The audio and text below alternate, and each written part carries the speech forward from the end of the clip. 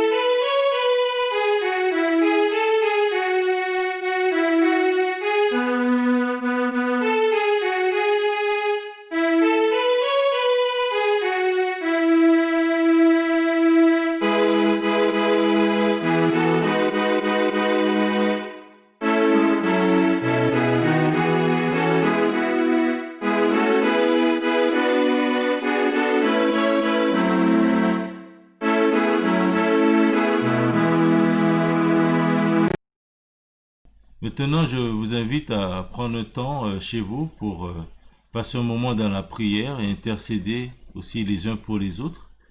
Et nous avons un bon nombre de sujets de prière. Pensons aux personnes malades, aux personnes âgées, à ceux et celles qui passent par des moments difficiles, ceux et celles qui sont endeuillés. Prions pour les personnes aussi qui ont reçu des traités lors de cette distribution, durant toute cette période de Noël, de nouvelle année. Les personnes reçoivent des traités, reçoivent des calendriers, que le Seigneur puisse faire son œuvre dans le cœur des uns et des autres. Nous prions pour notre Église, pour les activités de l'Église. Prions pour les personnes que nous connaissons et qui sont à la recherche aussi, qui visitent nos églises. Nous prions que ces personnes puissent trouver ce que leur cœur recherche, notamment dans la parole de notre Dieu. Nous remettons aussi la situation donc, sanitaire de notre pays dans le monde entre les mains de notre Seigneur. Nous prions pour nos autorités, que le Seigneur leur donne toute la sagesse nécessaire. Donc voilà, vous avez aussi des sujets plus personnels. Prions les uns pour les autres et puis après nous nous retrouvons pour le partage de la parole de notre Dieu.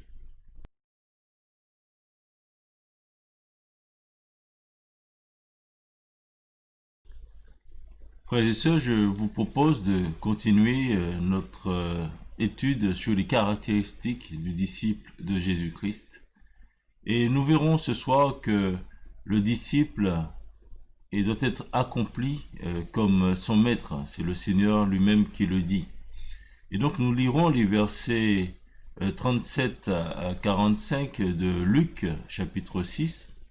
Donc Luc chapitre 6 versets 37 à 45 pour voir que le disciple doit être un homme ou une femme accompli.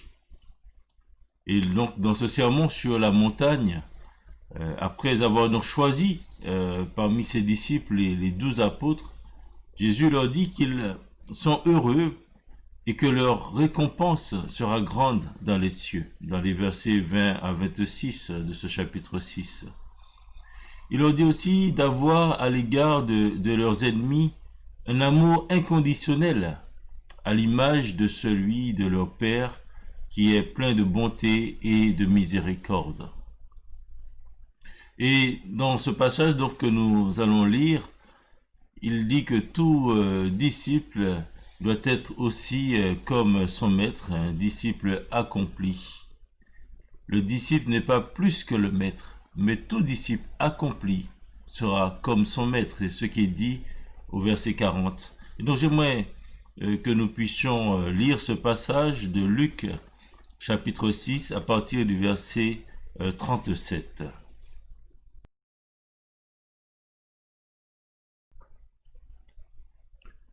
Ne jugez point, et vous ne serez point jugés. Ne condamnez point, et vous ne serez point condamnés. Absolvez, et vous serez absous. Donnez, et il vous sera donné.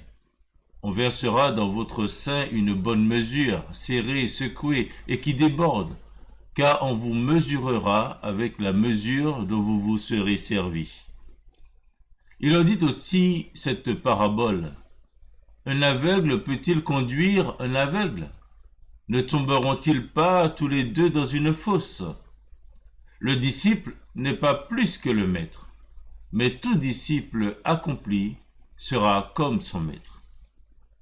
Pourquoi vois-tu la paille qui est dans l'œil de ton frère et n'aperçois-tu pas la poutre qui est dans ton œil? Ou comment peux-tu dire à ton frère, « Frère, laisse-moi ôter la paille qui est dans ton œil, toi qui ne vois pas la poutre qui est dans le tien. » Hypocrite, ôte premièrement la poutre de ton œil, et alors tu verras comment ôter la paille qui est dans l'œil de ton frère. Ce n'est pas un bon arbre qui porte du mauvais fruit, ni un mauvais arbre qui porte du bon fruit. Car chaque arbre se reconnaît à son fruit. On ne cueille pas des figues sur des épines, et l'on ne vendange pas des raisins sur des ronces. L'homme bon tire de bonnes choses du bon trésor de son cœur, et le méchant tire de mauvaises choses de son mauvais trésor, car c'est de l'abondance du cœur que la bouche parle. Voilà jusque-là. Et donc, nous verrons que dans ce passage, le Seigneur souligne, notamment au verset 40, que j'ai dit que le disciple n'est pas plus que le maître, mais tout disciple accompli sera comme son maître. D'où cette exhortation à être des disciples accomplis, à être des hommes, des femmes chrétiens accomplis comme le maître. Et pour être ces disciples accomplis, nous devons avoir un comportement juste. C'est en ayant un comportement juste que nous pouvons être un disciple accompli. Nous verrons par la suite qu'il faut veiller à la qualité de son cœur. Et dans un autre passage, c'est aussi en obéissant à la parole de notre Dieu. Mais voilà, être un disciple accompli, c'est avoir un comportement juste, et nous verrons ça dans ces versets 37 à 42. L'apôtre Paul, il dit dans Galates chapitre 6, verset 7, « Ne vous y trompez pas, on ne se moque pas de Dieu. Ce qu'un homme aura semé, il le moissonnera aussi. » Et dans notre passage, dans le verset 38 de Luc chapitre 6, le Seigneur nous dit dans la deuxième partie, il dit « Car on vous mesurera avec la mesure dont vous vous serez servi. » Donc, le Seigneur nous demande de ne pas avoir une attitude comme celle des pharisiens qui aimaient critiquer les autres en pensant qu'ils étaient les seuls à bien faire. Ces personnes pensaient être supérieures aux autres. Par exemple, dans Luc chapitre 5, verset 21, et dans d'autres passages que je vais lire avec vous, ils étaient sans cesse en train de raisonner en eux-mêmes, sans cesse en train de critiquer.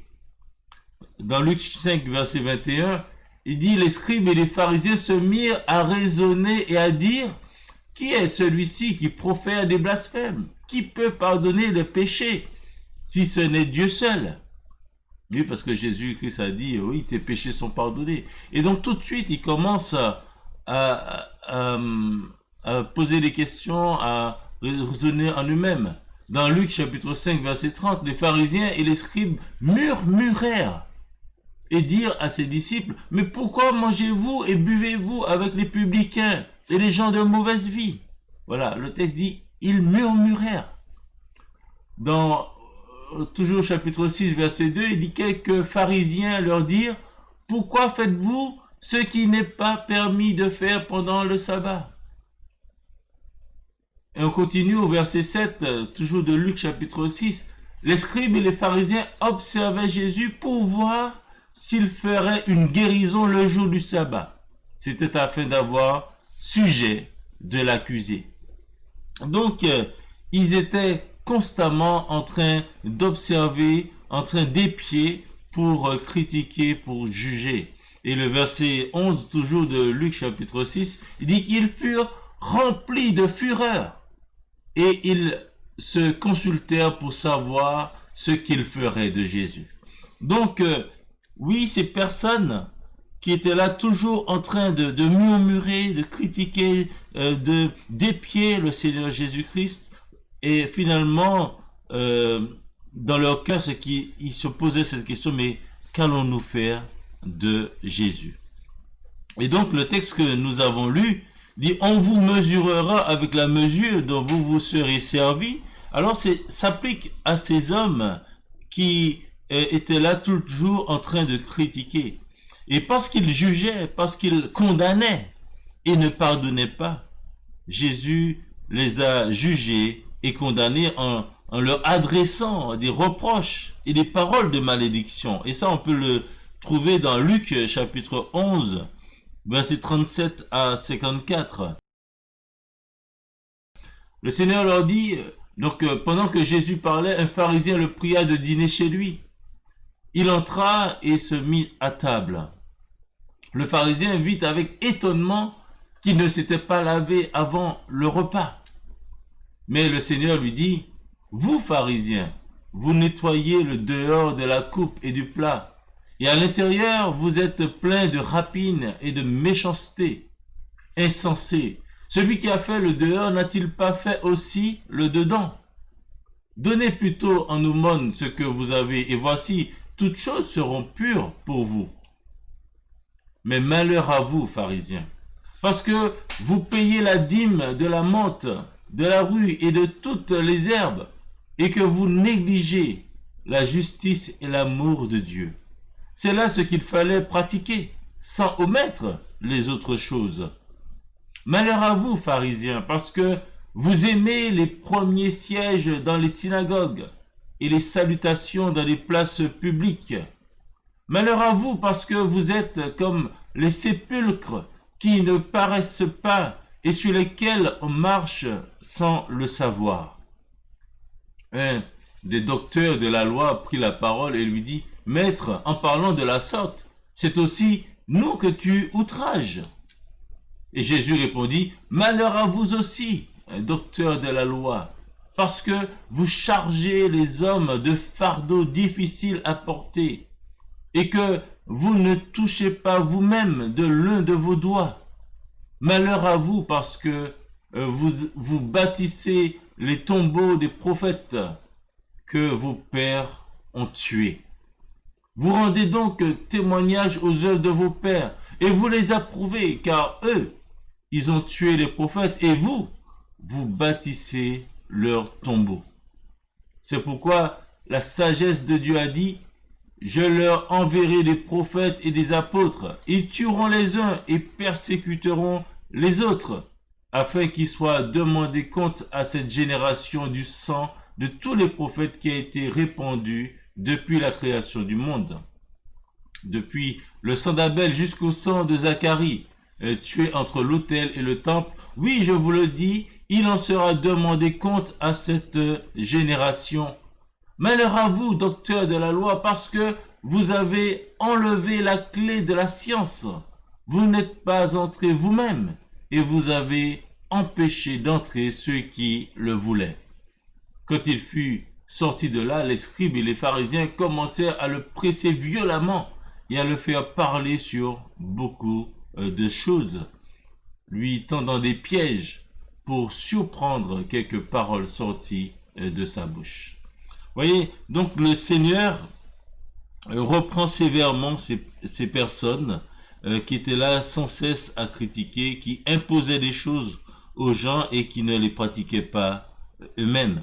Et donc le Seigneur nous avertit aussi, nous, ses disciples, nous les chrétiens, nous qui avons mis notre confiance en lui, faisons attention de ne pas ressembler à ces scribes et à ces pharisiens.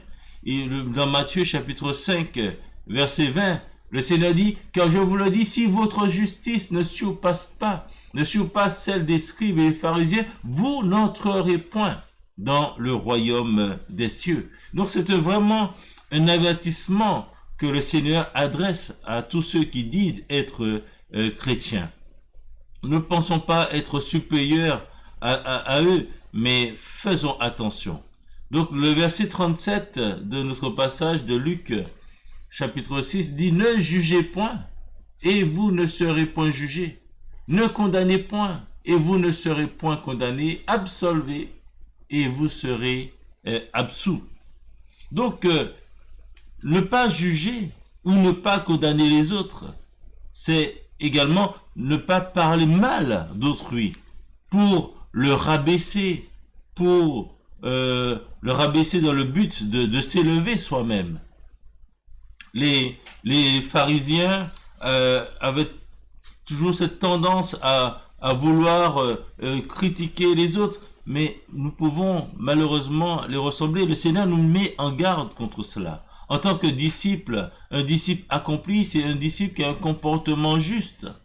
Et le comportement juste qui honore notre Seigneur, c'est ne pas chercher à rabaisser les autres, à toujours les critiquer pour les rabaisser dans le but de nous élever.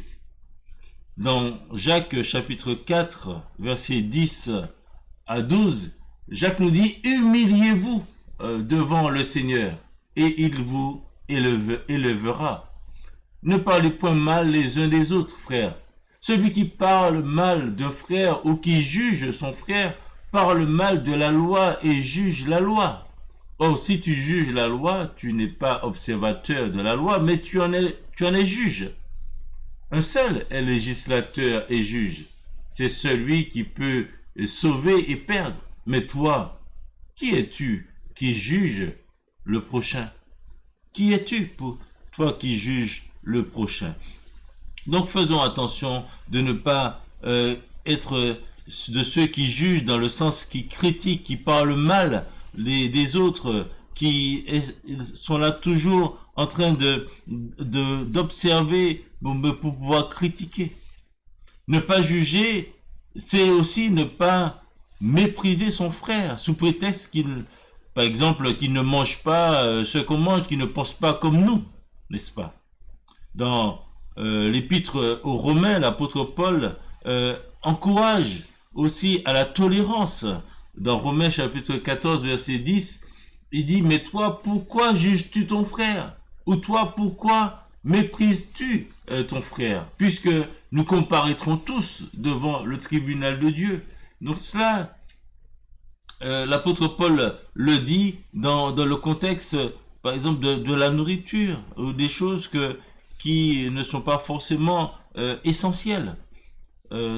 On peut lire ce passage de Romains chapitre 14, versets 1 à 12 pour nous remettre dans le contexte.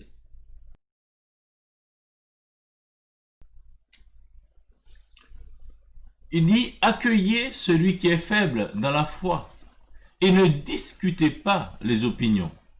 Tel croit pouvoir manger le tout, tel autre qui est faible ne mange que des légumes. Que celui qui mange ne méprise point celui qui ne mange pas, et que celui qui ne mange pas ne juge point celui qui mange, car Dieu l'a accueilli. Qui es-tu, toi qui juges un serviteur d'autrui? S'il se tient debout ou s'il tombe, cela regarde son maître, mais il se tiendra debout, car le Seigneur a le pouvoir de l'affermir. Tel fait une distinction entre les jours, tel autre les estime tous égaux, mais que chacun ait en son esprit une pleine conviction. Celui qui distingue entre les jours agit ainsi pour le Seigneur. Celui qui mange, c'est pour le Seigneur qu'il mange, car il rend grâce à Dieu. Et celui qui ne mange pas, c'est pour le Seigneur qui ne mange pas, et il rend grâce à Dieu. En effet, nul de nous ne vit pour lui-même, et nul ne meurt pour lui-même. Car si nous vivons pour le Seigneur. Et si nous mourrons pour le Seigneur. Soit donc que nous vivions, soit que nous mourions, nous sommes au Seigneur. Car Christ est mort et il est revenu à la vie afin de dominer sur les morts et sur les vivants. Mais toi, pourquoi juges-tu ton frère? Ou toi, pourquoi méprises-tu ton frère? Puisque nous comparaîtrons tous devant le tribunal de Dieu. Car il est écrit, « Je suis vivant, dit le Seigneur, tout genou fléchira devant moi, et toute langue donnera gloire à Dieu. Ainsi chacun de nous rendra compte à Dieu pour lui-même. » Donc, oui, ne jugeons pas dans le sens de ne pas critiquer, ne pas chercher à abaisser, ne pas chercher à toujours vouloir que les autres pensent comme nous. Mais, frères et sœurs, si nous ne devons pas juger dans le but donc de critiquer, d'abaisser, de parler mal, de mépriser, le Seigneur attend de nous que nous exercions un jugement juste, plein de discernement et de sagesse. Donc, il faut bien faire la distinction entre les deux. Et c'est ça, être un disciple accompli. quelqu'un qui a un jugement, qui peut porter un jugement juste, plein de discernement et de sagesse. C'est ce que nous pouvons lire dans l'évangile de Jean, chapitre 7, verset 24. Qu'est-ce que le Seigneur dit? Ne jugez pas selon l'apparence, mais il dit, mais jugez selon la justice. Donc, oui, ne jugez pas selon l'apparence, mais jugez selon la justice. Il faut pouvoir juger selon la justice pour discerner entre, par exemple, entre celui qui est le chrétien et celui qui ne l'est pas. Dans Matthieu chapitre 7, versets 3 à 6, je vous fais la lecture. Il dit, pourquoi vois-tu la paille qui est dans l'œil de ton frère et n'aperçois-tu pas la poutre qui est dans ton œil? Ou comment peux-tu dire à ton frère, laisse-moi ôter une paille de ton œil, toi qui as une poutre dans le tien? Hypocrite, ôte premièrement la poutre de ton œil, et alors tu verras comment ôter la paille de l'œil de ton frère.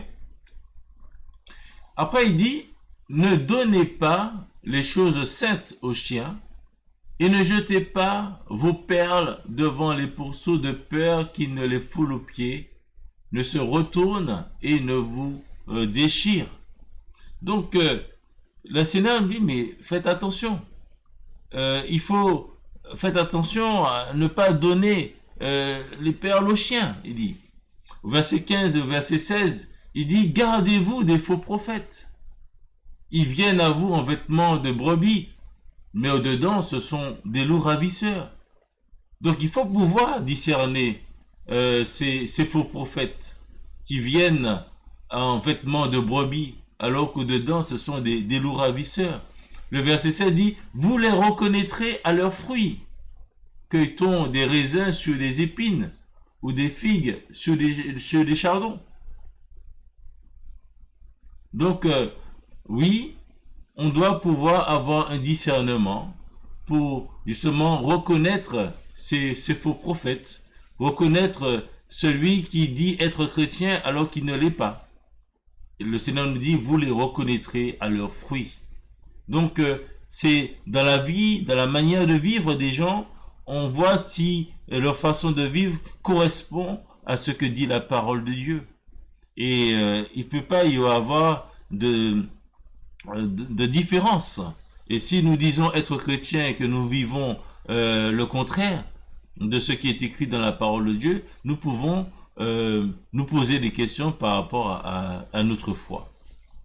L'autre chose, c'est que nous pouvons avoir un jugement qui est selon la justice pour pouvoir discerner le bien et le mal. Dans 1 Thessaloniciens chapitre 5, versets 21 à 22, l'apôtre Paul dit, mais examinez toutes choses, retenez ce qui est bon, abstenez-vous de toute espèce de mal. Donc, pour pouvoir le faire, il faut pouvoir avoir cet esprit de discernement. Il faut pouvoir juger entre ce qui est bien et ce qui est mal. Donc, le Seigneur nous attend de nous que nous soyons ses disciples accomplis qui aient cette capacité de discerner ce qui est bien et ce qui est mal, et pour pouvoir s'abstenir de toute espèce de mal. L'autre chose, c'est que nous pouvons juger selon la justice pour appliquer la discipline aussi dans l'Église. Lorsque il y a des personnes qui ne vivent pas selon la parole de Dieu, nous avons la responsabilité de pratiquer la discipline dans l'Église, puisque cette personne ne vit pas une vie qui soit conforme à ce que dit Dieu dans sa parole. Dans Corinthiens chapitre 5, il y a cet exemple de cette personne qui vivait avec la femme de son père. Dans Corinthiens chapitre 5, verset 1 à 5, lisons tout simplement ce que disait l'apôtre Paul. Il dit dans Corinthiens 5, verset 1, « On entend dire généralement qu'il y a parmi vous de la débauche, une débauche telle qu'elle ne se rencontre même pas chez les païens. C'est au point que l'un de vous a la femme de son père, et vous êtes enflé d'orgueil, et vous n'avez pas été plutôt dans l'affliction afin que celui qui a commis cet acte soit ôté du milieu de vous. Pour moi, absent de corps, mais présent d'esprit, j'ai déjà jugé, comme si j'étais présent, celui qui a commis un tel acte. Donc il dit bien, j'ai déjà jugé. Il dit, au nom du Seigneur, Jésus, vous et mon esprit étant assemblés avec la puissance de notre Seigneur Jésus, voilà que tel homme soit livré à Satan pour la destruction de la chair, afin que l'esprit soit sauvé au jour du Seigneur Jésus. Après, il continue au verset 12, il dit, qu'ai-je en effet à juger ceux du dehors, n'est-ce pas ceux du dedans que vous avez à juger? Pour ceux du dehors, Dieu les juge.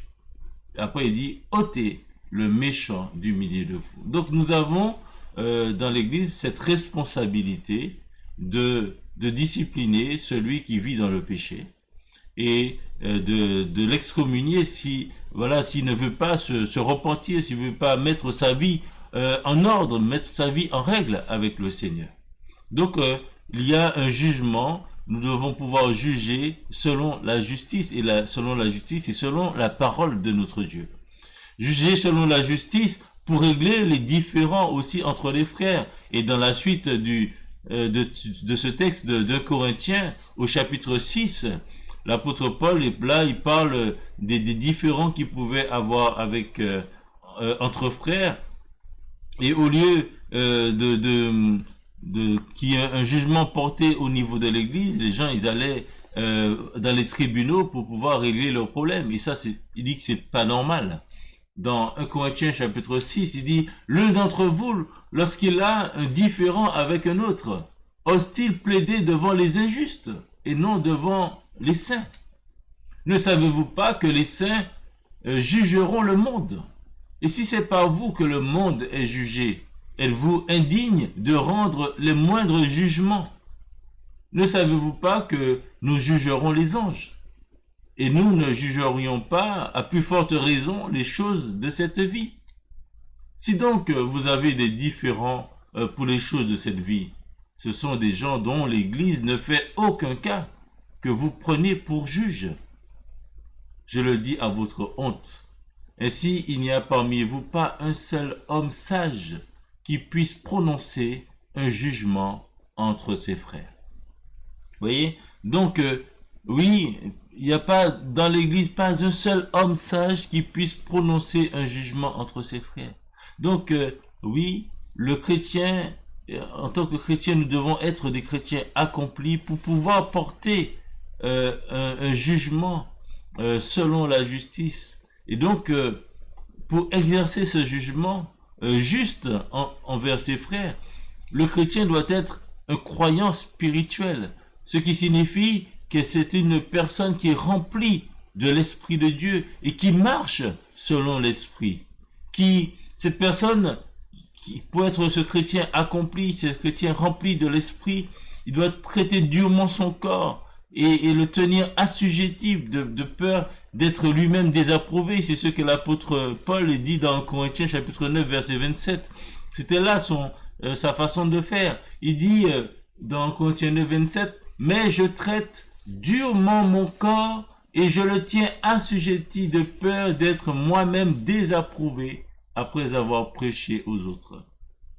Donc oui, pour être ce chrétien accompli, il faut être ferme. Il dit, je traite durement mon corps et je le tiens assujetti. Donc avoir une vie disciplinée, une vie qui soit irréprochable. Ça ne veut pas dire qu'on est parfait, mais avoir une vie irréprochable pour ne pas être désapprouvé après avoir prêché aux autres. Et ça, c'est valable bien sûr pour le pasteur et les responsables de l'Église.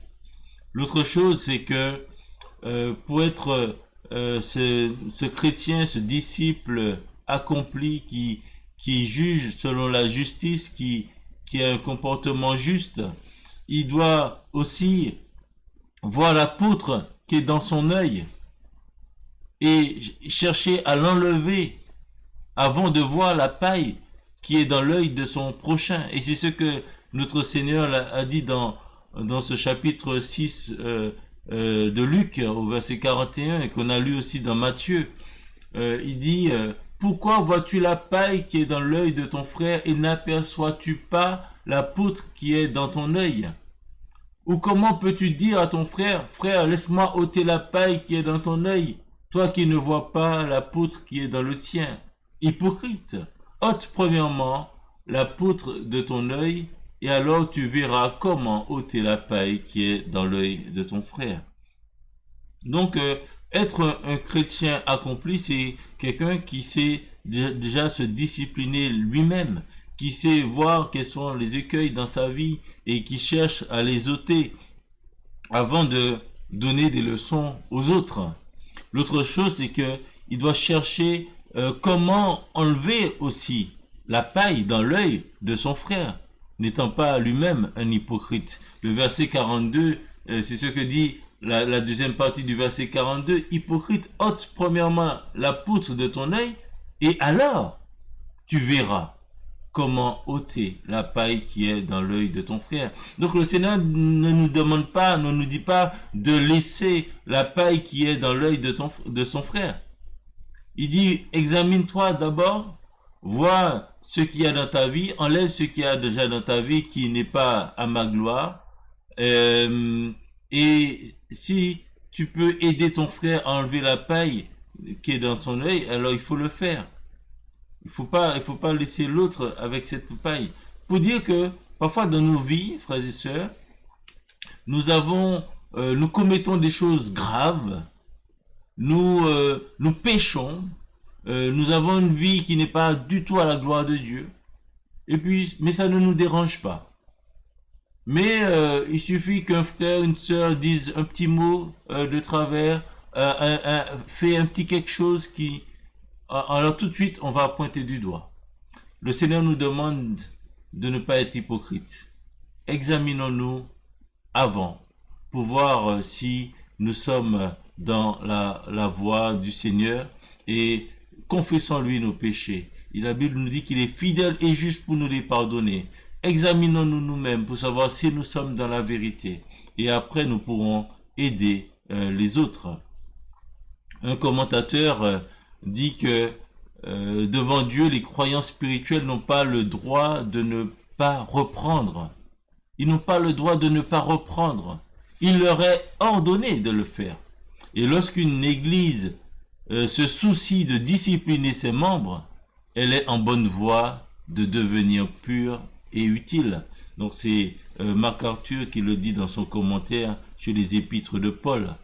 Et donc, oui, on doit être capable, puisque nous devons être des chrétiens accomplis, porter un jugement qui soit selon la justice pour maintenir l'Église dans sa pureté.